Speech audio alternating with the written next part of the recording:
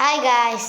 അപ്പം ഞാൻ ഇന്ന് പറയാൻ പോണത് എൻ്റെ ഒപ്പീനിയനിൽ ഏറ്റവും ബെസ്റ്റ് പോർച്ചുഗൽ 11 അപ്പം ഗോൾ കീപ്പറായിട്ട് ഈ സീസൺ ഡിയാഗോസ്റ്റയാണ് നന്നായി കളിച്ചിട്ട്.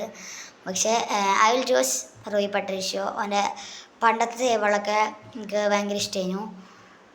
പിന്നെ ലെഫ്റ്റ് ബാക്ക് എല്ലാവർക്കും അറിയാമല്ലോ, ഈ സീസണിലെ ഏറ്റവും ബെസ്റ്റ് ഡിഫൻഡർ നൂനോ മെൻഡസ് ആണ്. പോർച്ചുഗലിൻ്റെ ഇതിൽ ഏറ്റവും നല്ല ലെഫ്റ്റ് ബാക്കായിട്ട് ഞാൻ പറയാം.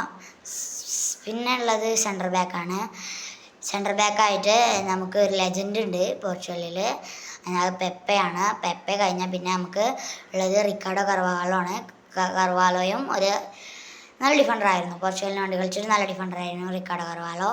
പിന്നെ റൈറ്റ് ബാക്ക് ഞാൻ പിറ്റ്നോയാണ് ചൂസ് ചെയ്യുക. പിറ്റ്നോൻ്റെ ക്രോസിങ് എബിലിറ്റി, സ്കോറിങ് എബിലിറ്റി ഒക്കെ എനിക്ക് ഭയങ്കര ഇഷ്ടമായിരുന്നു.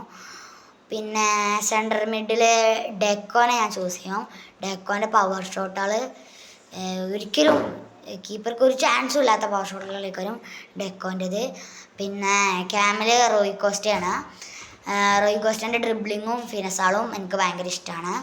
മറ്റേ സെൻറ്റർ മിഡായിട്ട് റിക്കാർഡോ ക്വാറസ്മ, മറ്റേ നമ്മുടെ ട്രിവെല്ല ഇൻവെൻ്റ് ചെയ്ത ആളാണല്ലോ റിക്കാർഡോ ക്വാറസ്മ. അവൻ്റെ ഷൂട്ടിങ്ങുകൾ ട്രിവെല്ലകളൊക്കെ എനിക്ക് ഭയങ്കര ഇഷ്ടമാണ്. ലെഫ്റ്റ് വിങ് ആയിട്ട് പിന്നെ greatest of all time Cristiano റൊണാൾഡോനെ നമുക്ക് ചൂസ് ചെയ്യാം. റൊണാൾഡോ ഇല്ലാതെ പോർച്ചുഗലില്ല, കാരണം എല്ലാ ട്രോഫീസും പോർച്ചുഗലിൽ നേടിയത് റൊണാൾഡോൻ്റെ കൂടെയാണ്. ഇനിയും റൊണാൾഡോയുടെ കൂടെ ഒരുപാട് ട്രോഫീസ് നേടണമെന്ന് എനിക്ക് ആഗ്രഹമുണ്ട്.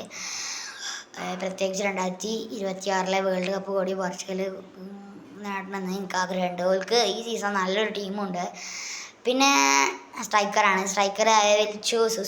ഉസോബിയോൻ്റെ ഫിനിഷിങ് പെർഫെക്റ്റോണ്. ഉസോബിയോൻ്റെ ഫിനിഷിങ് എനിക്ക് ഭയങ്കര ഇഷ്ടമാണ്. പിന്നെ റൈറ്റ് വിങ്ങിൽ റയൽ മാഡ്രിഡിന് കളിച്ച ലെജൻഡ്, ഇന്റർ മിലാനിൽ കളിച്ച ലെജൻഡ്, ബാർസയിൽ കളിച്ച ലെജൻഡ്, രണ്ട് റൈവൽ ക്ലബ്സിൽ കളിച്ചിട്ടുണ്ടെങ്കിൽ അവൻ്റെ കളിയായി തന്നെ നമുക്ക് മനസ്സിലാക്കാമല്ലോ. അങ്ങനെ റൈറ്റ് വിങ് ഫിഗോ. അതാണ് എൻ്റെ ഒപ്പീനിയനിൽ ഏറ്റവും ബെസ്റ്റ് പോർച്ചുഗൽ എക്സായി.